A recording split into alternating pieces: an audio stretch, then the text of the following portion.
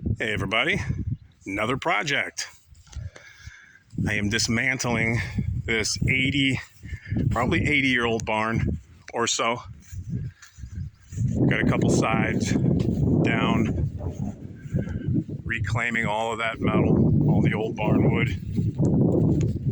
I think the structure's probably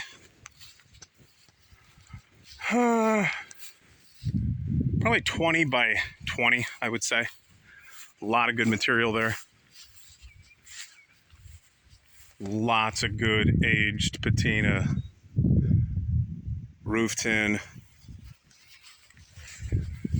and yeah, so that's what I'm going to be doing today.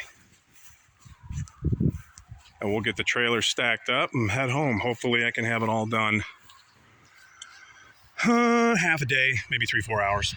So that's it.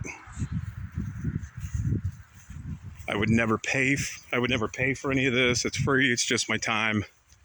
I had time today, so this is what I'm doing. And I'll let you know what project this goes into.